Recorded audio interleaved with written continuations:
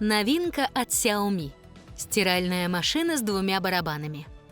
Большой барабан на 12 килограммов для объемных вещей. Маленький барабан на полкилограмма для носков и белья. Машинка удаляет до 99,9% бактерий. Сушит вещи за 15 минут. Цена – приблизительно 68 тысяч рублей в Китае. Скоро на маркетплейсах. Подробнее об этой и других новостях в нашем телеграм-канале «Центр технологий». Ссылка в комментариях.